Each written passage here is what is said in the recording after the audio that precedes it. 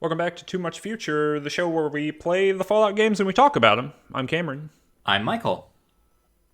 Michael, we've played Fallout 1. Mm-hmm. We've played Fallout 2.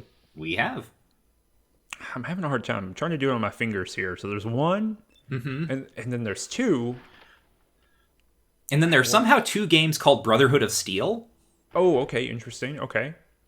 Which are not numbers I'm familiar with. And the fact that there are 2 of them makes it additionally confusing. Well, there's Brotherhood of Steel, and then there's Tactics. Well, it's called like Fallout Brotherhood of Steel Tactics or something. Oh, right. It's really weird. Even better. So there's those games, and we're going to pretend like they don't exist because canonically, Fallout pretends like they don't exist. But we might go back. You never know. We might go back and do a little impressions episode. Although I don't think we were ever going to do a full season on either of those things. And then, doing on my fingers here, getting to the 5th finger. Fallout 3. Yes. Which is what we're talking about today. This is a big move in the Fallout-averse. Interplay and then Black Isle, right, does Fallout 1 and 2. And then they have some, qu'est-ce que c'est, troubles. Difficulties. And in 2007, they sell, after several issues, several problems, one of which, if you listen to the other show that Range Touch has put out about CRPGs in the past, Mages and Murder Dads had a hard time coming up with it. Yeah, I was wondering, is there like another one that I don't know about? No, it's Mages and Murder Dads. And, there was Baldur's Gate 1 and then Baldur's Gate 2, and they were going to make a Baldur's Gate 3. And that didn't really happen for a long time. Now, weirdly enough, we're getting Baldur's Gate 3 very soon. But Baldur's Gate 3 didn't happen. And at the same time, around the same time period, they were going to make a Fallout 3, codenamed Van Buren, from the same team that had made Fallout 2. And for various publisher difficulty reasons, development hell problems, money, ... blank, blank, blank. There's a lot of information you can read about this. Interplay ultimately ends up selling the Fallout license to Bethesda Softworks, who was famous for the Elder Scrolls games. And that happened in 2007. Yep. But at that time, I think Bethesda had been working on their Fallout 3 for a couple of years, because I think prior to that, what had happened is they had licensed Fallout, and then they got they licensed Fallout at first, and then eventually when the troubles that Interplay was experiencing increased, they just ended up buying it outright. Yeah, this Gama Sutra article from 2007. Gama Sutra is a video game kind of business website. I'm sure that you might have seen articles from them. If not, their archive is very good for finding out this kind of information, because it's just straight up business stuff. But yeah, prior to the purchase, this is a quote from an article by Brandon Boyer. Prior to the purchase, Bethesda was licensing the Fallout IP from Interplay as it has continued to develop Fallout 3, its own sequel to the cult classic post-apocalyptic RPG series, first developed by Black Isle Studios in 1997.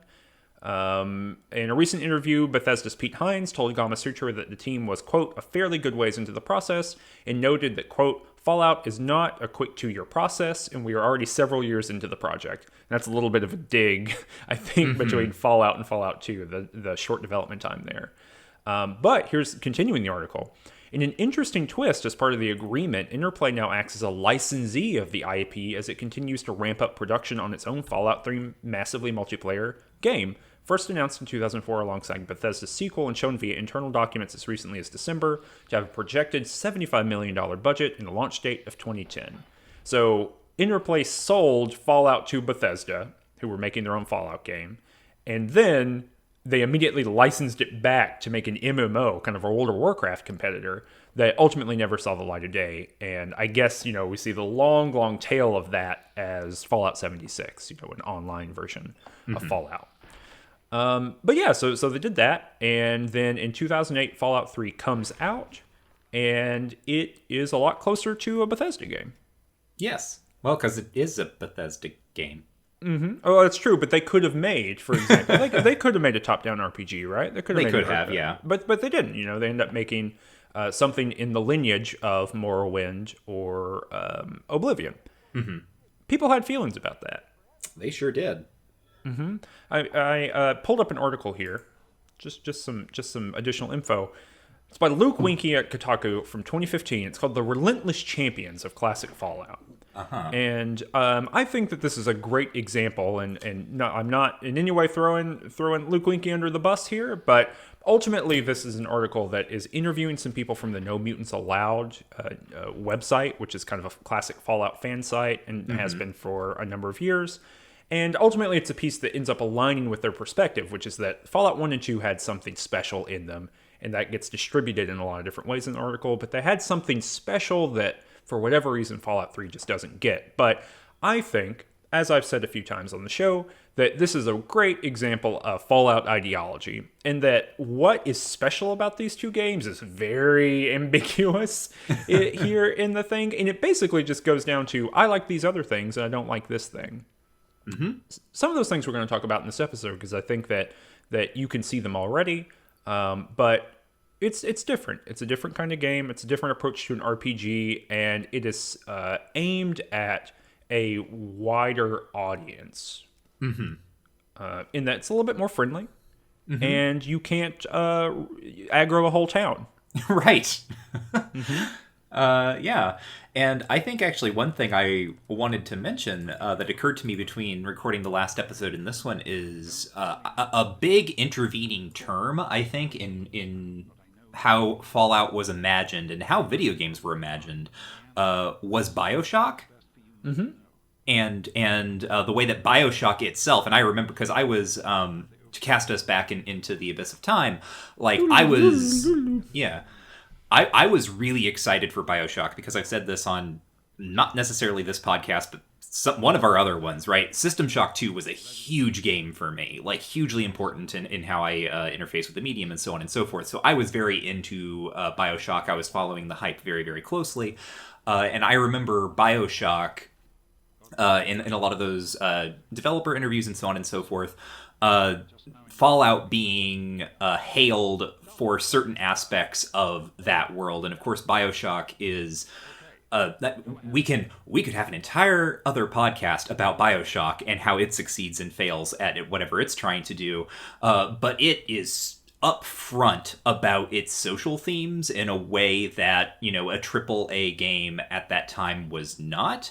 And it also had a lot of clear Fallout DNA, sort of the retro future aesthetic, the really goofy like plasmid tutorial videos that were very much like Vault Tech, Vault Boy influenced.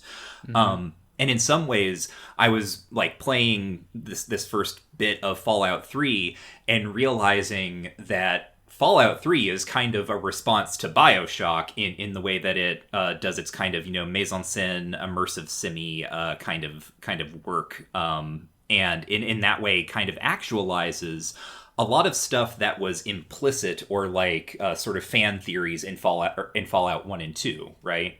So it's very, very interesting in that respect. Yeah, there's something in the water in this like 2006, 2007, 2008 time period. And a lot of people have talked about how the kind of explosion of games in 2007, 2008, it really, the world of games changed in a particular kind of way. I mean, you get Mass Effect, Assassin's Creed, Fallout 3, BioShock. There's another couple Team too. Fortress 2, Portal, the Half-Life episodes start coming out. A lot of stuff. There's another big. I mean, so on one hand, right, you can see that we're still living in the wake of those years, right? Like we're still playing this. Oh, Uncharted 1 is somewhere right there too. Yes. I think.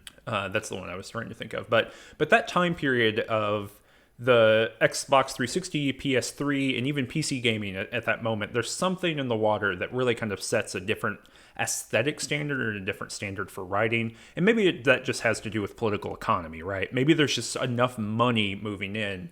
Kind of famously, the video game industry was one of the very few industries in the United States that wasn't annihilated by the financial collapse of 2007. And so, or 2007, 2008. And so that could be part of it too, right? That this is an industry where a lot of capital was flowing into it at the beginning of this console generation that ultimately ended up extending for a very long time. But a lot of money is flowing into it, and then in these development cycles, this economy or this industry the bottom didn't fall out in the way that it did for so many others. And so it ultimately it ended up making a whole lot of money because there wasn't such a massive loss that happened there. So that's all to say, whether it's increased development time, whether it's increased kind of reflexivity in the industry and thought about what they were making, whether it is just a confluence of historical events, whatever, I think you're right that there's something in the water of the time period that is sharpening maybe some of the ideas that we see in the other Fallout games. Or maybe, right, and I think this is a way of thinking about it too, maybe there's just stronger reflection on what to include and not include. It seems like, playing Fallout 1, Fallout 2, and reading the Bible too, I think that's really important.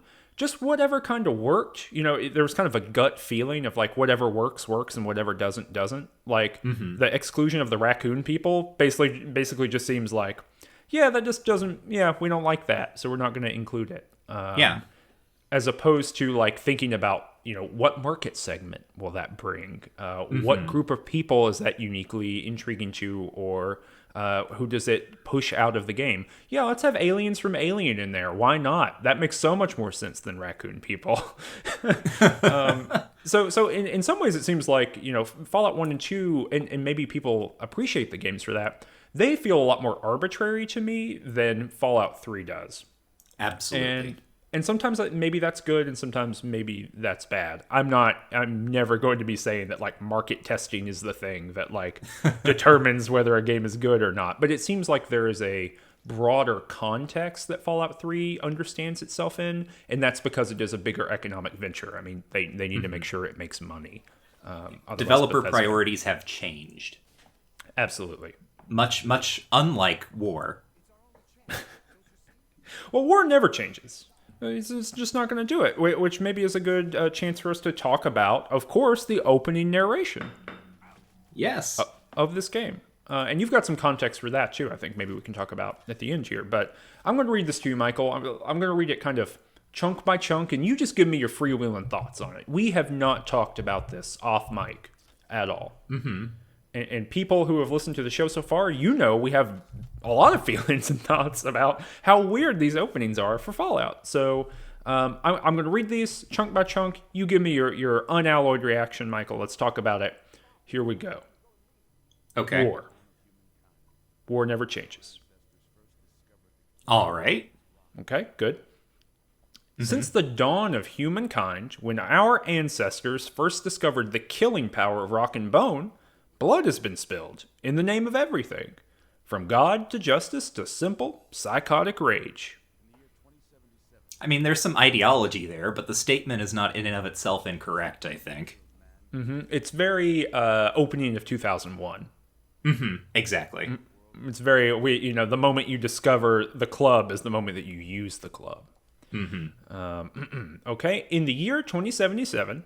after millennia of armed conflict, the destructive nature of man could sustain itself no longer. The world was plunged into an abyss of nuclear fire and radiation.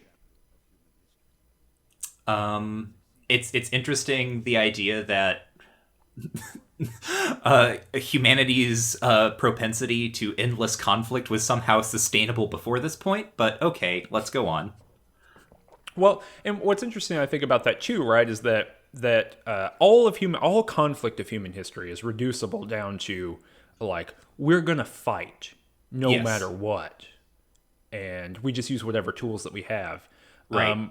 Which again is the same problem as like the last two that we've talked about.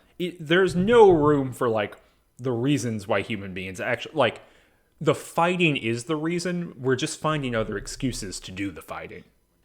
Yes. Is what this suggests, right? So again, yes. What you said, ideology, right? There's this ideology of like the war of all against all. It's very Hobbes' state of nature. Mm-hmm. But it was not as some had predicted the end of the world. Instead, the apocalypse was simply the prologue to another bloody chapter of human history.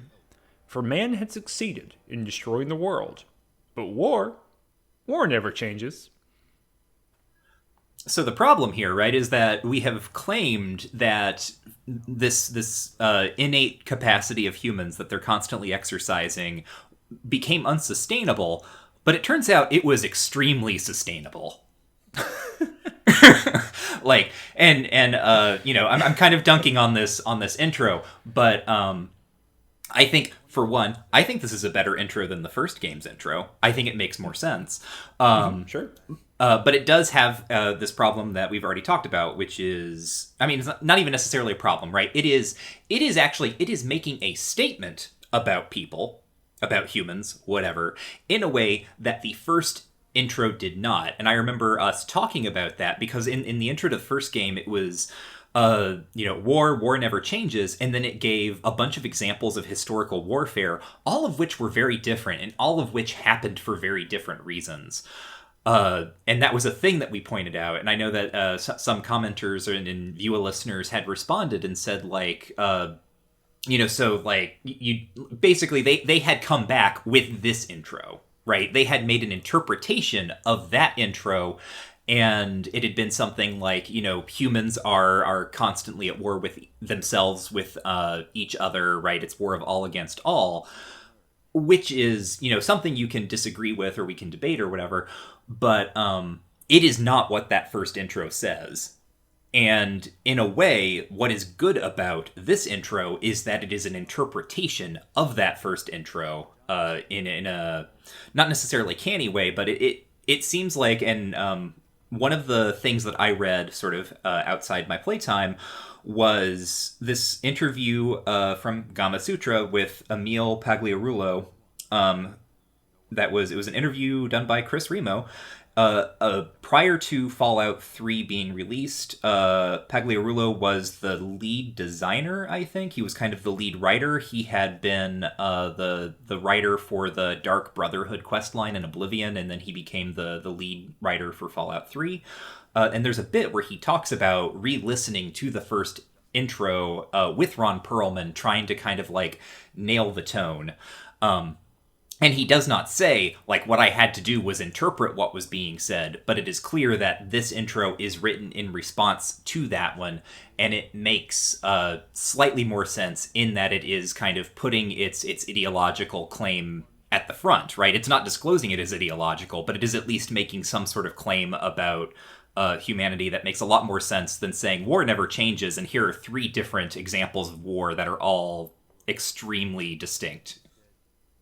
Yeah, and when we say, I just realized we didn't say this, when we say ideology, we just mean something that people believe. Mm-hmm. A coherent, or sometimes incoherent, but a set of beliefs that people have about the world that are often implicit, right? And so, for example, Michael, when you're saying that it's ideological, but it's not revealing that ideology, the implicit ideology here is that when push comes to shove, between, say, community-mindedness and violence, human beings will always choose, in the last instance, violence and warfare against one another. Right. And that's a very particular, like, that is not a universalizable behavior, right? We have plenty of examples in history where that is not the case.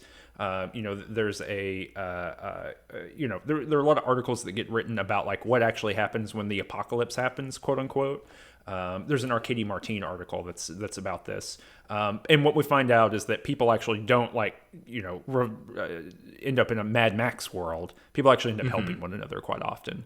And in our actual contemporary examples of that. And so the ideology would be, oh, well, of course, individualist nightmare logic takes over, and then we put on our assless chaps and we fight to the death. But in fact, what happens is we just, like, give eggs to each other or whatever. Mm-hmm. The other way of thinking about ideology is that it's anything that is being presented as kind of like the spontaneous and immediate truth of reality. Like, this is just how people are, right? If people left to their own devices are going to do this, that is very often an ideological claim. Zizek tells the story about, I think it's Heisenberg that he tells the story about, but it doesn't really matter. It's a scientist and the scientist is hanging out with a journalist, and they walk into his barn, and there is a horseshoe hanging up above the door, and that journalist says, "Oh, you're a man of science. Why do you have that horseshoe up there for good luck and warding off evil spirits? Why do you have that? Because obviously you don't believe that." And then the scientist turns around and he says, "Well, you don't have to believe in it for it to work." Right. That's ideology. Yes. Okay, but here's the last little bit of the opening narration. Mm-hmm. In the early days, thousands were spared the horrors of the Holocaust by taking refuge in enormous underground shelters known as vaults. But when they emerged, they only had the hell of the wastes to greet them, all except those in Vault 101. For on that fateful day, when fire rained from the sky, the giant steel door of Vault 101 slid closed and never reopened. It was here you were born. It is here you will die. Because in Vault 101, no one ever enters and no one ever leaves. And wouldn't you know it, that's exactly how the game plays out. You never leave Vault 101. Yeah, it's pretty quick, actually. I'm surprised it took them so long to make the game. Yeah. But for real, what I like about this bit is it calls back to kind of the thing that we've noted about the previous two intros, which is like the DM setting the table for your campaign kind of tone, right? Mm-hmm. It is here where you were born, and so on and so forth. The other thing that is interesting about the vaults is that so a couple of things are happening here. If you have played the first two games, then you probably have an idea of why Vault 101 was never supposed to open. If this is your first Fallout game, and it is many, many people's first Fallout game, that sets up a little bit of a mystery. This is going to be a thing that you're going to play this game to find out. Like, why wasn't Vault 101 supposed to open? And how this kind of operates, right, is that the returning player is going to think, okay, Vault 101 was never supposed to open. I played Fallout 2, so I know the vaults that weren't supposed to open, like Vault 13, were ones that are being kept in reserve for Enclave plans, or what have you. And so they can bring kind of that additional bit of context in, and their experience of this game is going to be trying to figure out how the Enclave is going to fit in, and so on and so forth. Whereas the new player just has this additional bit of mystique about the setting and so on. And we've got this kind of conflation of concerns from the first game, Fallout 1, with Vault 13. The vault is opening and you have to go out and so on and so forth. But then also Fallout 2 of kind of there is a community and this community is fragile and threatened by some kind of like outside force or power structure or what have you. The thing I'm trying to get at is I don't think we had this language when Fallout 3 came out, but we have it now. This is a soft reboot. Mm-hmm. Would you agree? Yes. Yeah, I mean, I think so. I think that,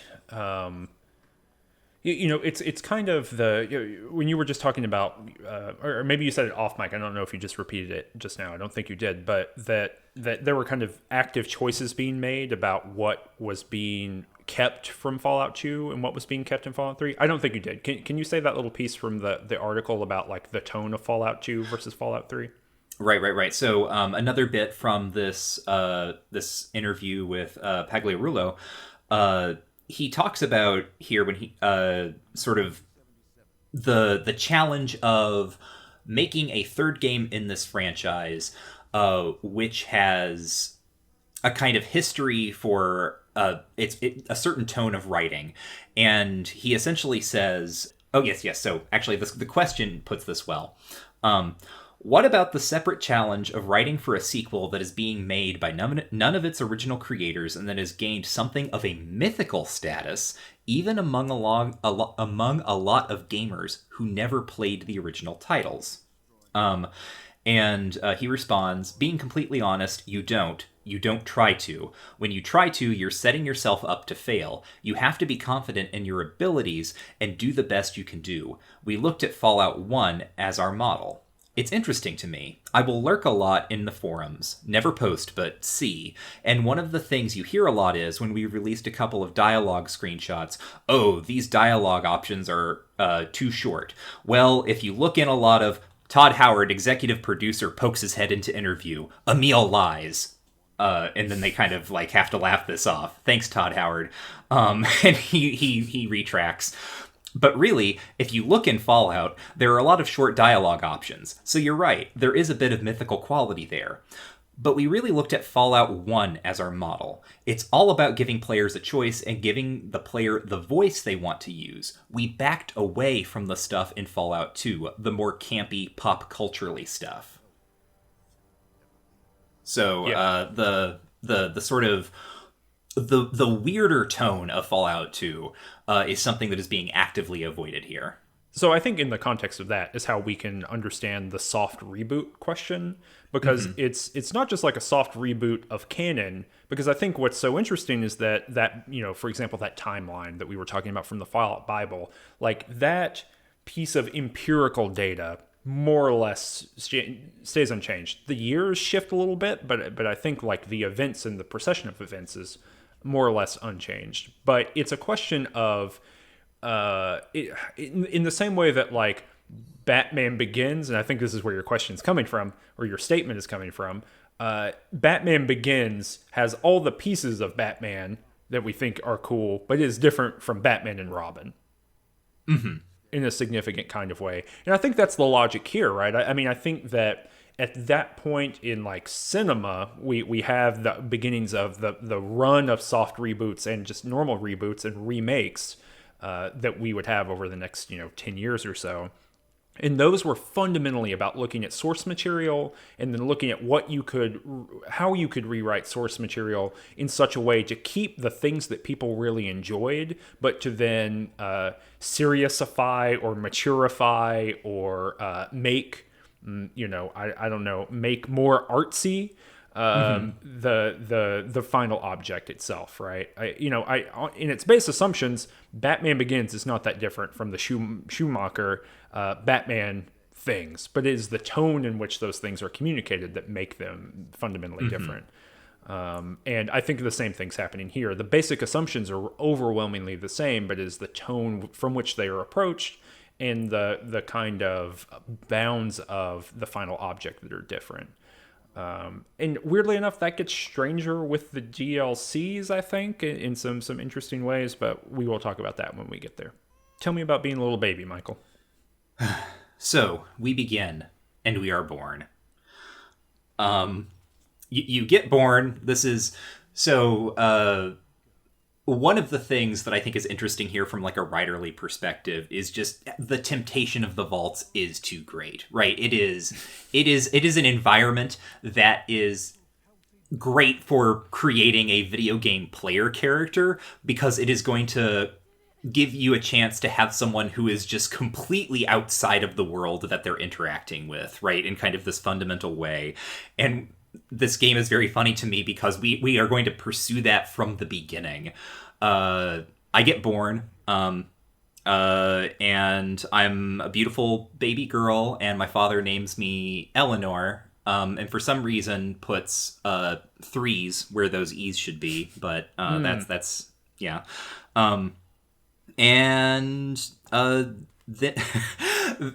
I forgot that how you design your character is that you are born as a baby and then your dad pulls down like this magic like time progression machine to give you a view of what you're going to look like when you grow up.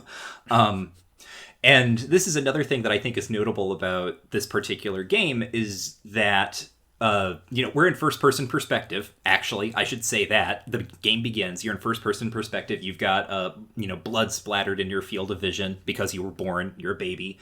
But that first-person perspective allows you to look at kind of the material culture of this world in a way that Fallout 1 and 2 didn't. And so it allows something like your dad to pull down this really bizarre, like, TV from the ceiling that is going to show you what you're going to look like when you're 20 years old, now that you are, 5 seconds old.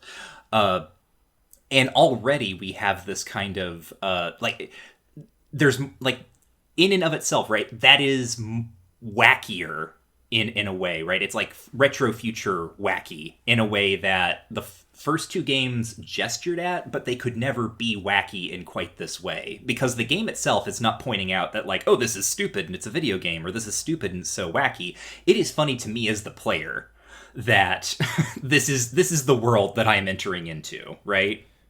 Yeah, there are some.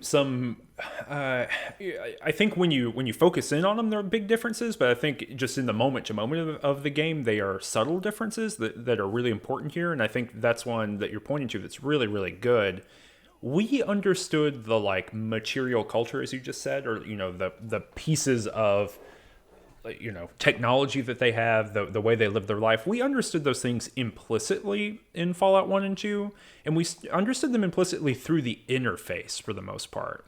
So when you clicked on, when you talked to someone and you got the weird kind of TV screen looking thing in front of you, that gave us this idea that like there's a retro future going on, or there's technology, but it's kind of beat up and it's old and it kind of sucks and it like doesn't look too good. That's how we understood the kind of like flavor of tech in the world. That's a big part of it. Here, or for the other one, I guess that's in the older games, is when you look at the Pip-Boy in your menu, right? You are physically looking at, or presumably you're physically looking at this thing that is on your wrist. And so we get kind of both of those things going on here, but the difference is that instead of like us as a player seeing it through the interface, we are presumably seeing everything in this game through the eyes of the character.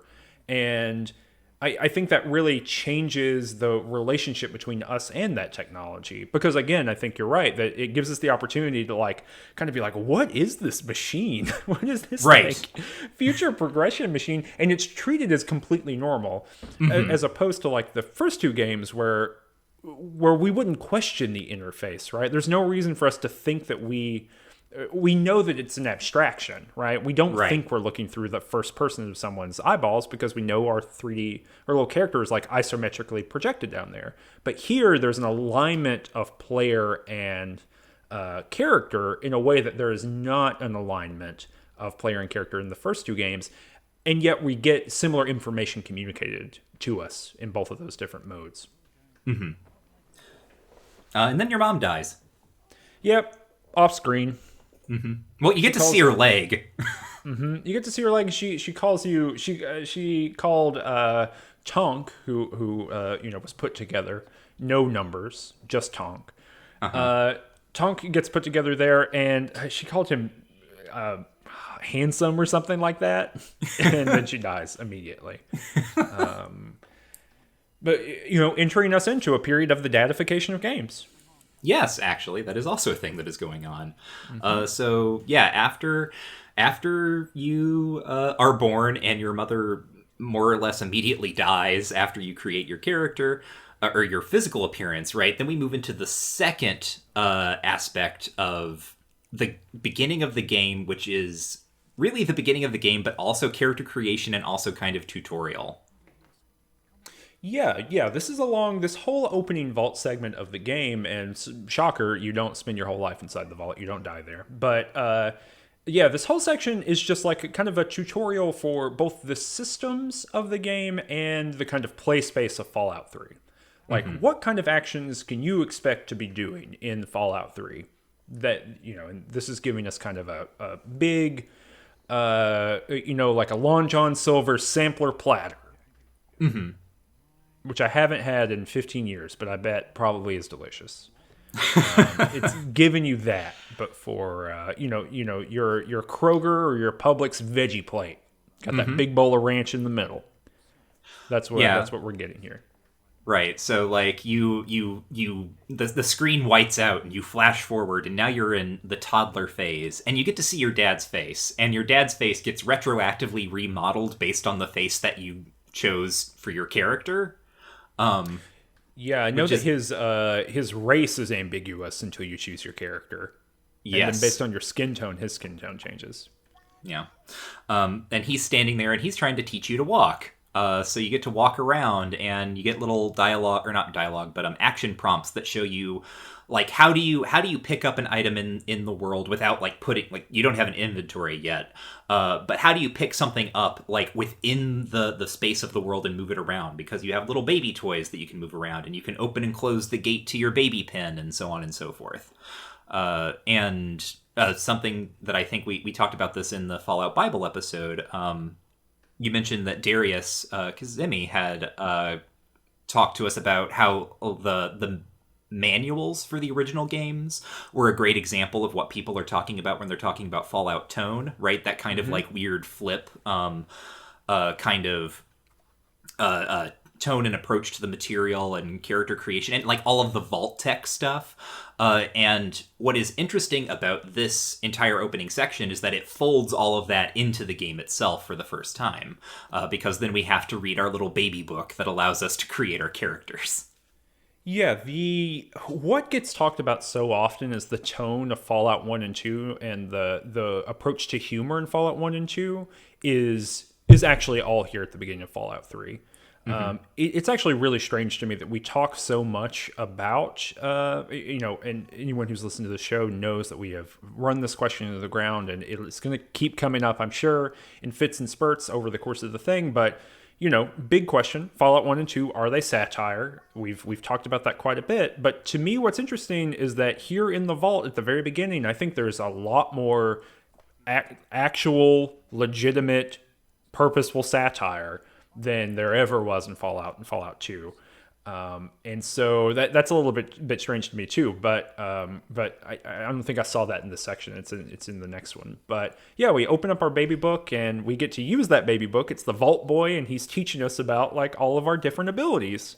And so immediately gives us this idea that everything in the vault is touched by vault tech. Like it all passes through. All of everyone's lives are passing through the entity, the corporate entity that is vault tech, which I think, for people who have played Fallout 1 and 2, and especially played through the end of Fallout 2 and got the idea that the vaults are experiments, basically, for them, for me when I'm playing, I'm like, oh yeah, like this is something we never got a perspective on in the actual games of Fallout 1 and 2, which is like, you are the product of pure ideology, pure vault tech corporate speech and thinking if you grow up in the vault. What does your stats look like? My stats are wrong, first of all.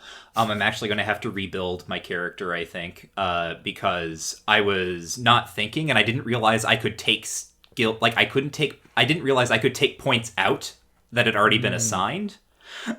So I tried to build, as Eleanor has been up until this point, stealthy and speechy and small guns, right? Sort of like shooty, that kind of combat focused, but like more lighter combat focused. So I created a character and did not get the distribution I wanted, but that's just because I was coming at this and could not remember how to work really like the interface or anything like that. It was kind of interesting how alien the entire like layout of this felt to me here at the beginning, coming off of the games that I've been playing the most of for the past 2 years have been Fallout 1 and 2 and like No Man's Sky. So it's a weird interface in general sense, right? I mean, even the thing that you were just talking about a minute ago, that like Fallout 3 immediately, the first interaction that it gives you are or is interactions that give you are, there we go. Walking around in 3D space, jumping, pressing E to scream like a baby. I don't know if you noticed that, but you can just wail on that E key and you can yell like a baby the whole time. E to manipulate and open and close things, and then picking things up physically in the world, which is like important for, weirdly enough, is a big part of Bethesda games, but serves no gameplay purpose. It's purely for like your own pleasure to do so. I don't think there's ever been a time in a Bethesda game where I've had to pick something up and put it somewhere for a gameplay purpose. It's almost entirely through, hitting the E key and interacting.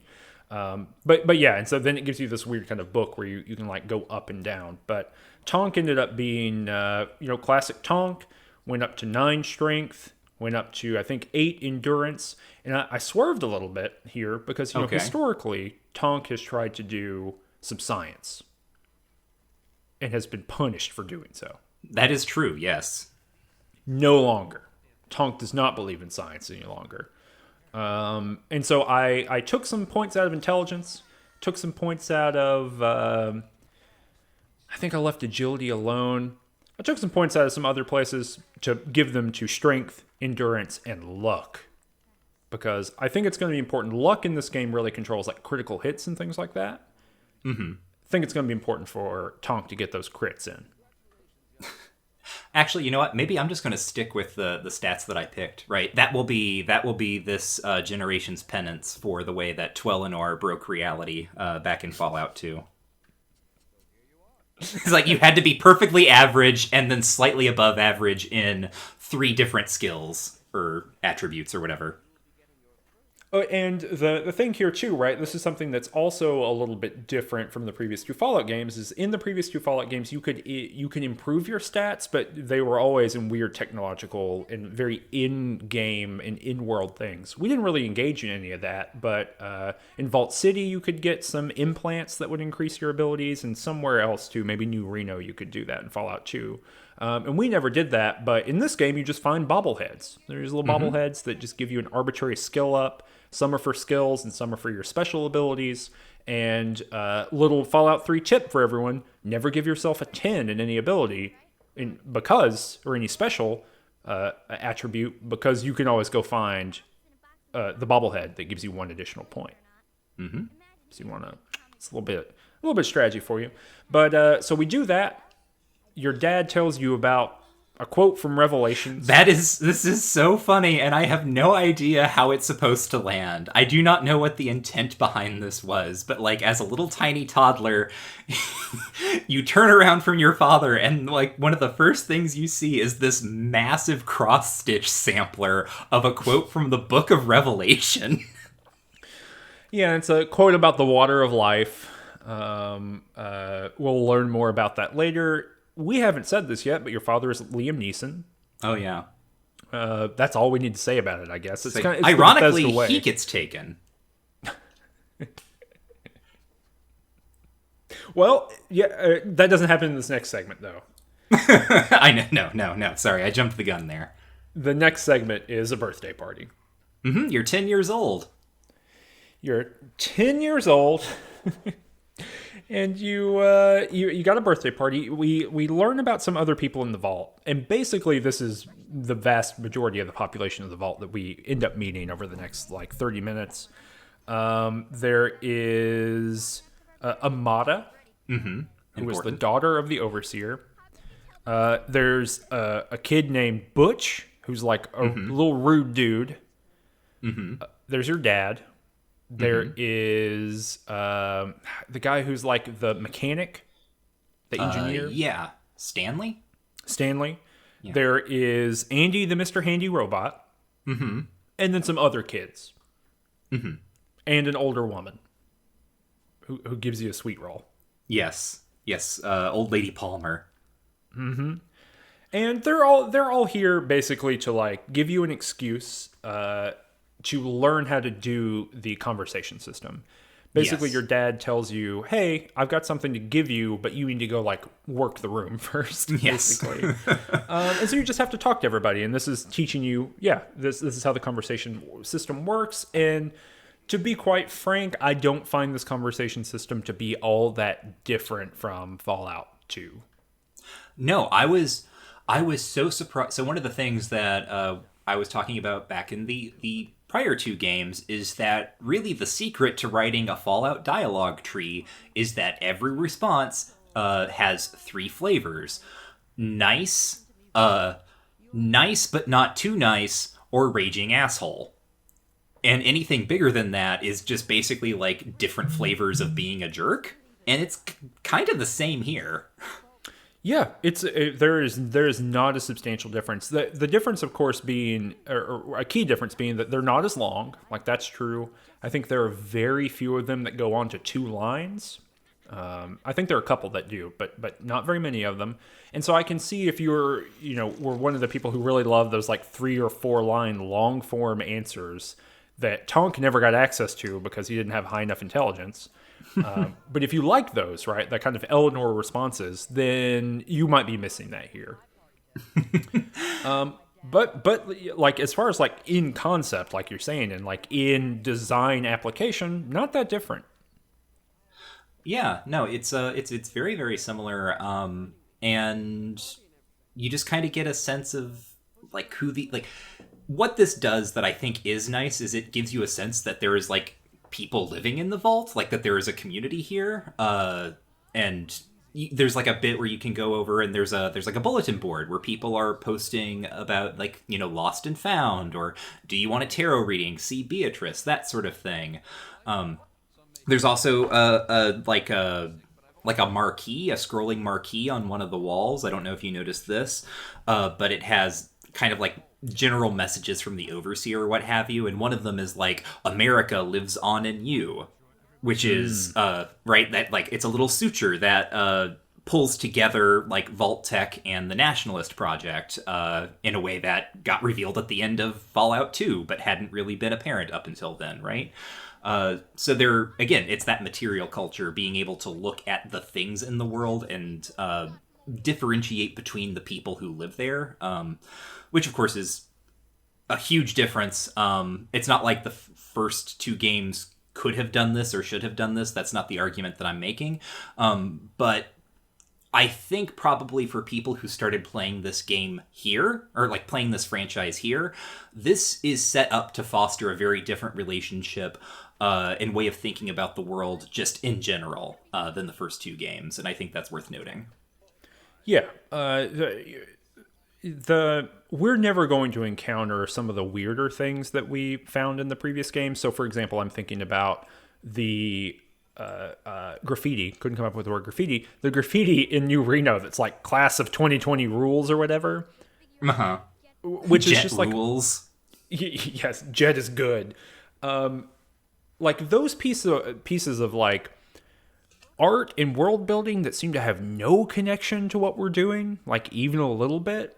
Like, there's none of that here. It seems that everything is flowing into a focus of, like, what we're supposed to be taking from this moment in this place, which is these people exist in the vault. The vault is tied into an American national identity, and we have to, like, piece together who each person is and how they fit into that puzzle.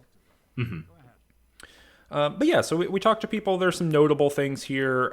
The older woman gives you a sweet roll, and you can like have it, and then it leads you into a confrontation with Butch, who's like a bully. I got that sweet roll and immediately ate it. Like immediately jumped into my inventory, scarfed that thing down, and he was so disappointed that he couldn't steal it from me. He asked for it, and I spit on it and gave it to him. Dang.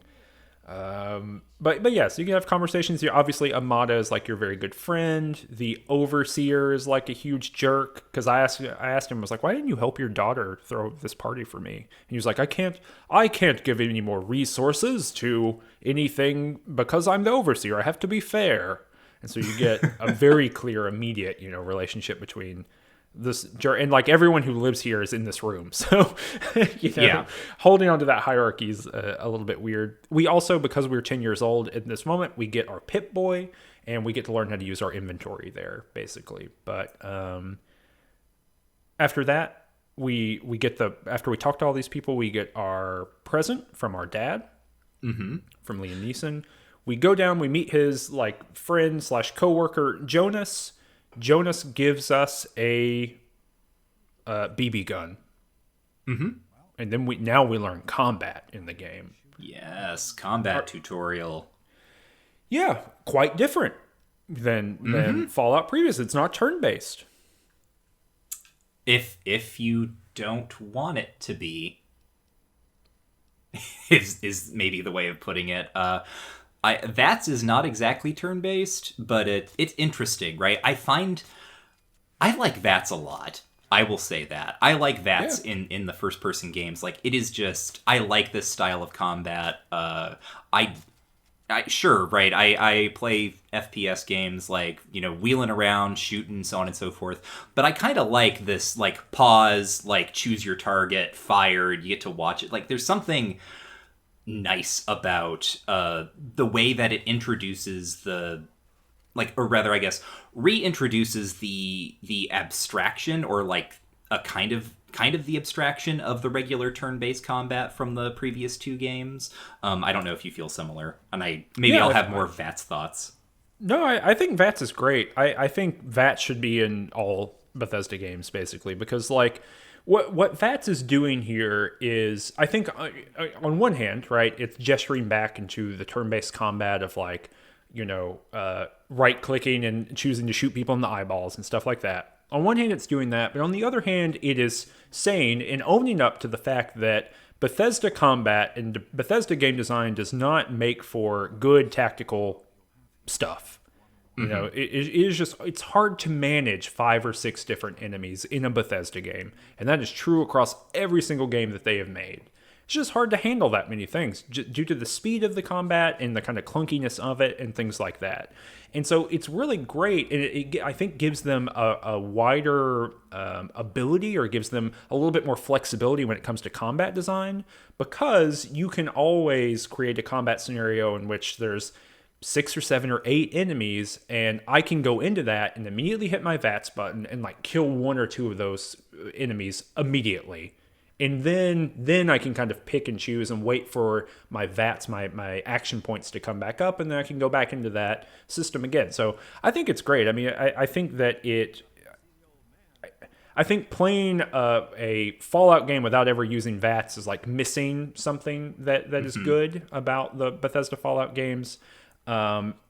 And I don't think there's, like, any virtue, like inherent virtue to their combat system by itself. So yeah, I like it. I think it's good. I think this is the first I'm playing it at a very high frame rate, like an extremely high frame rate, and so it is interesting to, like, to feel like I'm in a Call of Duty game, like using this little BB gun, like switching targets very quickly with, like, a high DPI mouse. Because this is the first time I'm going to be playing the game all the way through on PC. I played this game when it came out, but I played it on Xbox 360, and I've played it through more than one time on the Xbox 360. So it's interesting to, like, get the ability to, say, use a mouse, which is very, very different. And I guess I should say that too, right? That probably is a reason why VATS is implemented in such a way in this game, is that it's not just for managing different numbers of enemies and things like that, but it's for managing a not that tuned first person shooter on the console space. Mm-hmm. And I'm using a controller to play, just, I guess, for the record. If you notice, there should be footage for my playthrough now. For the first time, I have gameplay footage that should be incorporated, assuming everything goes according to plan. And viewer listener, if you happen to notice that I'm in VATS and I'm, like, having a hell of a time with a rad roach, just, like, highlighting different parts of it, it's because I can't get the analog stick to highlight the part that I want it to. Classic VATS problem. Mm-hmm. Or just accidentally selecting a different enemy while you're trying to do that. But yeah. So we do that. We learn how to do that. We shoot the rad roach, and then we zip forward in time again. Mm-hmm. Now we're 16. And we gotta learn what kind of job we're gonna have. Mm-hmm. We're, for some reason, faking sick to our father because we don't want to learn what kind of job we're going to get, I guess. Yeah, we have to take the GOAT exam, which is like an aptitude test. Which is, again, like, this is another segment in all the questions that we're gonna get. These are a lot more, like, openly satirical. Yes. Than any of the rest of the Fallout games. But the thing I wanted to mention before about, like, the relationship between Vault Tech and nationalism, there's a poster on your wall in this section of the game that is, like, a white middle-class 1950s family who are having a picnic and playing baseball on, like, an idyllic hill with, like, a perfect blue sky behind them, and superimposed on top of them in that blue sky is, like, a ghostly Vault Boy with his, like, arms on his hips, and it's just, like, everything. It's pure Americana, with all the racial and political implications and economic implications of that. But instead of Uncle Sam or something like that, it's the Vault Boy. And that's when I was like, oh yeah, like this is so much more aesthetically and ideologically coherent. Not good, right? I think that this kind of nationalism, corporate nationalism, is absolutely being critiqued here. But it is so much more coherent and readable than it ever has been in any of the other games. But yeah, so when we're on our way to the goat, Michael, there's a little bit of an encounter that happens. Tunnel snakes rule. Tunnel snakes rule. So it's it's a meme. Butch, who has founded his own little gang of greasers called the Tunnel Snakes, they are harassing our friend Amada, for basically no reason other than that they're jerks, and I guess she's the overseer's daughter. I don't know. But I talked with all of them, and none of them could give me a good reason for why they were doing it. And eventually I just, like, when I talked to Butch, I told him to stop, and I passed a speech check, and he did. Tonk is unhinged in this universe. Tonk has made already some absolutely wild decisions in the vault. And it's partially just to explore, like, what can you do in this Bethesda game, right? Like, I know that in a previous Fallout game, I could just choose to shoot anyone I wanted, you know, regardless of the consequences. I could choose to do that, and I would have to reap the whirlwind if it went bad, right? And so, I actually, as soon as the section began, Tonk whipped out his fist and just started punching his own dad in the head, like, as much as possible. Like, Eleanor did shoot her dad with a BB gun. And so, you know, I'm just doing that. I'm picking him up and putting him on the examination table to see, like, what'll happen. Because when you do that, he just goes unconscious. He doesn't die because he's a protected NPC. Which has been, you know, introduced into Bethesda games in Oblivion, I believe. And so I'm like bopping him in the head, boom, boom, boom, boom, boom, critting him every couple hits. And he's like, oh, stop doing that. I brought you into this world and you know the rest. And I'm just clonking on him. But he, you know, so I see what happens there. He doesn't take that well. And so when Tonk hears Butch saying the things that he is saying to Amada, which are very sexually explicit and gross. Oh, yes. They're bad. Like, it's true. She is being sexually harassed. Yes. Doesn't stop to initiate dialogue. Just charges up a punch and gets right in there. Boom, boom, boom, boom, boom. Bop, bop, bop, bop, bop. Punching all the tunnel snakes in the head. Defeats them in combat. He says, oh, I gotta get out of here. This isn't even worth it. You know, says something rude to me. And he goes into the classroom, and then Tonk follows. So no speech check, just a good old-fashioned, biceps check. The kind that Tonk loves. But then I took the goat. How was the goat for Eleanor? Oh, it was fine. As you said, these questions are, clearly sort of ironic, satirical. Like all this entire test is a Vault Tech thing, right? Like, it is about creating people who are going to fit within the Vault ecosystem as it has been designed by this corporation at this point, like 200 years ago, right? And it's, wacky stuff about, like, oh, if you have a mutation, like, what do you do? Or I can't think of a specific one off the top of my head to really, like, fully recount. But I will say, like, some of them are clear, right? It's like, here's a situation. Are you more inclined to take, like, an active, aggressive approach? Are you going to take a diplomatic approach? Or are you going to take a kind of, like, sneaky, indirect approach? There are also questions that I have no idea exactly what they're measuring. But at the end, the point is that based on the way you have answered these questions, the game is going to recommend for you which skills you should tag, which is much friendlier than anything in Fallout 1 and 2, in the sense that, like, Fallout 1 and 2, you could tag various skills, but it was not clear what those were going to do for you. Or rather, it could be clear, but it wasn't going to be clear maybe how, like, what was it we were talking about back during Fallout 2? Like, the outdoorsman skill, right? And how you could just choose the outdoorsman skill at the beginning and pump a bunch of stuff into outdoorsman, and this would affect how your random encounters worked in that game. But there was nothing that was telling you really that that's how that was going to play out, and that in fact, unless you tag the skill or like pump up the skill in some way, you're just going to have a hell of a time with random encounters, right? There's not really a clear connection between these skills and sort of how they're going to affect your play experience, whereas this is clearly trying to make that connection for the player. Yeah, and I think this is a good development on the, Morrowind, and I think Oblivion too, right? The questionnaires that you could do there that would basically help you choose your class. And in keeping with the spirit of Fallout, no classes in Fallout, right? I can't choose to be a spell sword or whatever. But you can, kind of angle your answers into that. So like I pulled up the questions here. The one you were referring to, oh no, you've been exposed to radiation and a mutated hand has grown out of your stomach. What's the best course of treatment? And then you can choose 1, a bullet to the brain, 2, large doses of anti-mutagen agent, 3, prayer, maybe God will spare you in exchange for a life of pious devotion, which actually tags barter, by the way, which is really weird. And 4, removal of the mutated tissue with a precision laser. Yeah. Yeah, so they're a little bit, they're goofy questions a little bit, but they are testing for something. Question 10, of course, is my favorite. Yes, of course. You want to read that one? Do you have that one up? Who is indisputably the most important person in Vault 101? He who shelters us from the harshness of the atomic wasteland, and to whom we owe everything we have, including our lives. 1, the Overseer. 2, the Overseer. 3, the Overseer. And 4, the Overseer.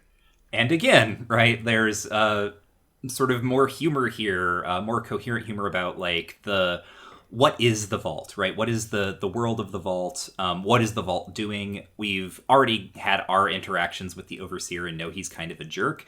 But then we also get this question, and whether or not he specifically put it there, it gives us this sense that, this is for... This entire educational apparatus is for producing people who are going to make the vault continue to function.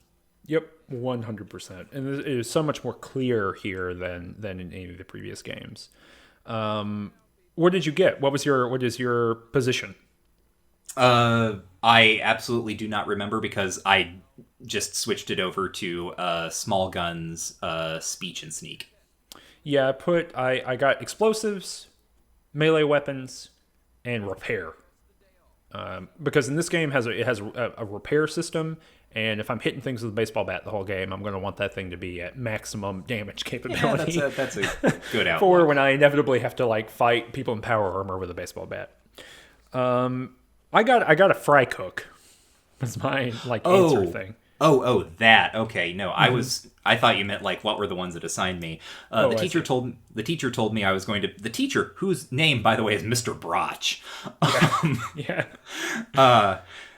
He told me that I was on like the supervisor track or something. So I could be the Overseer one day, I guess. Great. No. He told me I was going to be a fry cook, and then he said he was like, I'm only going to tell you this one time. He's like, extra mustard and no pickles. Wow. And then I was like, well, I always wanted to be a fry cook. But this is another, so, I've evoked Fallout ideology, and this is something I evoked in the last couple episodes of Fallout 2 as well, about the kind of implicit belief in, like, intelligence being good, or hierarchizing people around intelligence. This is just another example. That has cleanly jumped its way over into Fallout 3 of, like, if you're a fry cook, that is somehow a lower job. Because he definitely treats you kind of like like you're of the servant class immediately. And it's like, that's bad. That is not, like, a cultural value that I appreciate at all. Being a fry cook should be a respected job, the same as all other jobs.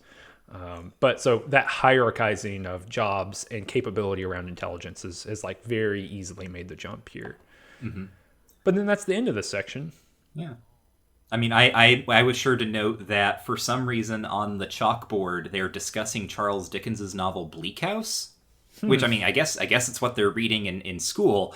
It's a very interesting choice here because I have read Bleak House, and it has very little to do with anything in this game. So it's just like, what would they be reading at high school level? I guess Bleak House. It's in the public domain. That's a huge part of it. Vault-Tec didn't have to license it. Oh, okay. Yeah, that actually makes a lot of sense. So then this, you got to think like a corporation here. So then this section ends, and we are like immediately thrust into the nightmare of it. Yeah, so this is like, it's a couple years later, and Amato wakes us up and is like, hey, and there's a lot of small pieces to this, but she basically says, hey, guess what? Even though no one comes in or out of this vault, your dad just left. He opened up the main door. He got out. It's made my dad, the overseer, super pissed off. He already killed Jonas. He's looking for you to kill you. Just FYI, let's get you the heck out of here. Here's the key to his office. You can use his escape route to get to the front door of the vault, and then you can leave. And then she tries to give me a gun, and I said, you keep that gun. Because I could see a baseball bat right over her shoulder. And I said, oh, I'm good. I'm going to get that bad boy. Oh, I took that gun. Yeah. No, I told her to keep it. I said, you can do that. And then we could just escape the vault. It's the vault, I guess, when Liam Neeson opened up the vault, it let in a bunch of rad roaches. So there's rad roaches running around, which are just giant roaches. And we escaped the vault. Anything interesting happened to you in the middle here? Well, I run out and I fight some rad roaches. There's a security officer, I think Officer Kendall, who is fighting the rad roaches. I help him kill the rad roaches, and then he immediately turns on me. So Eleanor shoots him to death with her BB gun, which is a thing you can do in the Fallout universe. BB guns are takes a lethal. while. It sort of did. But then she was so horrified at what she had done, right? She has taken a human life, that she recommitted herself to the stealth route for as long as that's going to be feasible. I snuck around. I ran into Butch, who demanded that I help him, despite us not having anything like a good relationship. Did you run into Butch? I did. Butch rolls out and he says, hey, my mom's being attacked by rad roaches. Save her. Yeah. I told him that he was bigger than the rad roaches and he should go fight them. And he did. I passed a speech check and he did that. And then I followed him because I was like, well, I did just murder someone. So let's make sure, I guess, that Butch's mom doesn't die. Which, by the way, earlier when Butch demands your sweet roll, you can say something really nasty to him about how his mother is an alcoholic. Yeah. So there's that kind of context here. So I go in, and as you follow him, he's like, oh, you're coming too? Very, very bright. And then his mom is just sitting on the floor of her bedroom being attacked by rad roaches, and we killed those, and he was so thrilled that I helped him out that he gave me his Tunnel Snakes outfit. Yeah, I mean, Chonk never forgets, much like an elephant. And so Chonk reflected back on all of the awful things Butch had done, all of the harassment and violence that Butch had done. Chonk reached a bit into the future and learned from the Overseer's terminal that Butch and his crew do bad stuff for the Overseer.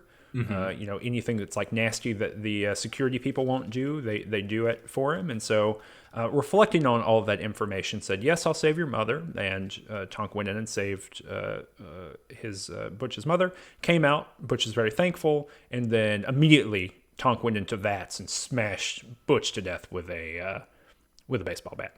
All right. Tunnel Snakes rule. So yeah, then you run around some more. You see two people who try to also escape the vault. It's a man and a woman who are we're going to make a run for it or whatever. And then they run to the door and they both get shot. You can sneak around a little bit more. I ran into another officer who told me that, I had to get going. He was lucky. It was Officer Gomez, I think, who tells me, you should get going. You're lucky I'm the one who found you. It's not clear. No one knows exactly why your dad left. Nor is it clear why the Overseer is responding so strongly to this. I found Jonas's body along with a note from Dad, who is talking about all of the things. It's exposition, but also it's not very clear exposition. He's got some sort of important work to do, but he does not think you should follow him. Please do not follow him. However, we are following him. The call to adventure is making us do it. Right.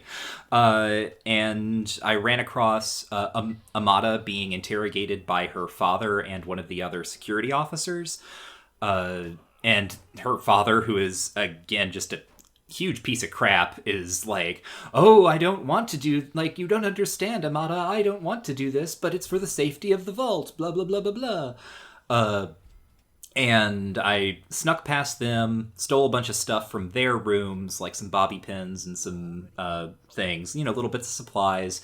And then I hacked the computer in the Overseer's room, it's interesting that the Overseer's offices are now at the top of the vault, whereas in the previous games they were always at the very bottom. Oh, yeah. Yeah.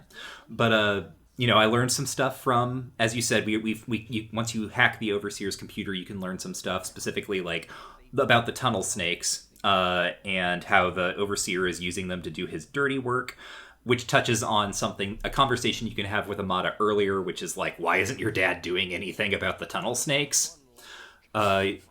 You also find out that there's a woman in the vault named Beatrice, who we didn't mention, who gives you a poem for your birthday, and it's this weird, like, ecstatic, like, death ode about the Overseer.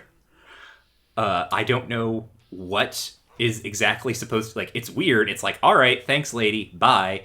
But the Overseer clearly sees her as, like, mentally ill and a potential problem. So he talks about, like, how they need to medicate her to keep her under wraps.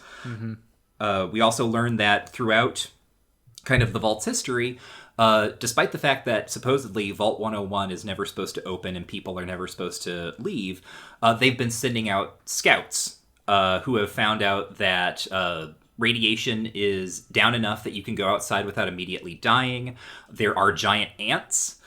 In case you were, I guess, doubtful of this, the game allows you to look at an attachment to this message to see a screenshot of a giant ant.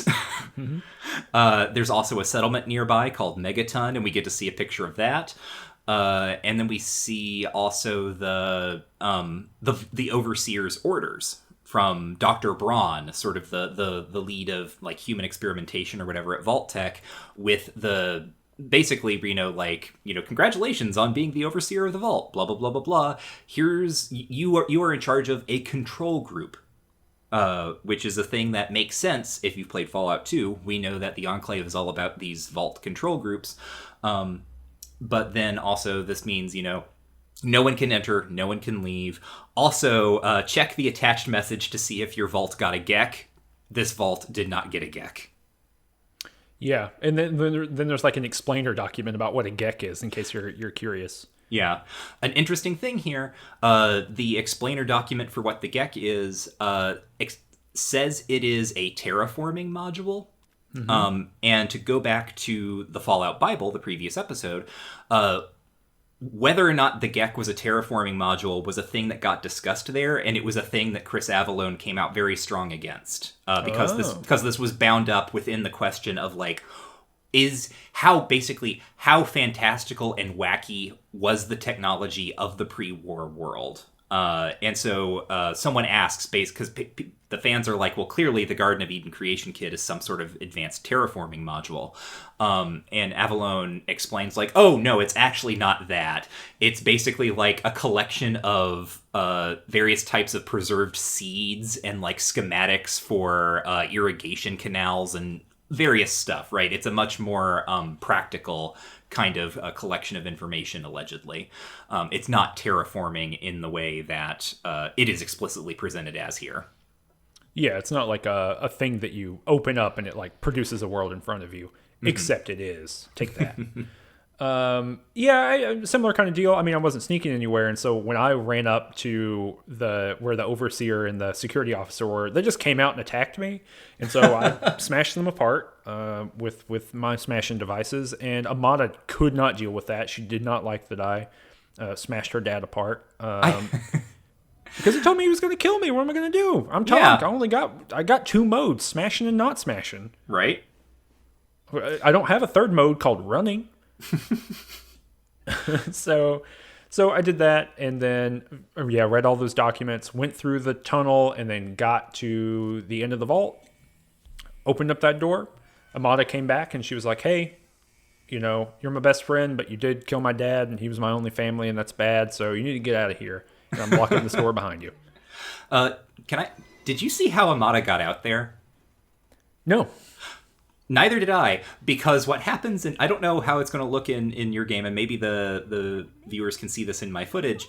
Amada just appears on the porch of the vault or something. She glitched out or something like that. And when I talked to her, she basically explains she kind of suggests why didn't you help me when I was being interrogated? And my response was, that my response was the first response, which is something I couldn't risk it or something like that. When the actual answer I would want to give would be something like, I literally do not want to kill your father in front of you. That's not a, I'm currently having a dark night of the soul because I, already killed a man. I'm not going to follow that up with killing the father of my best friend. That's not how Eleanor rolls.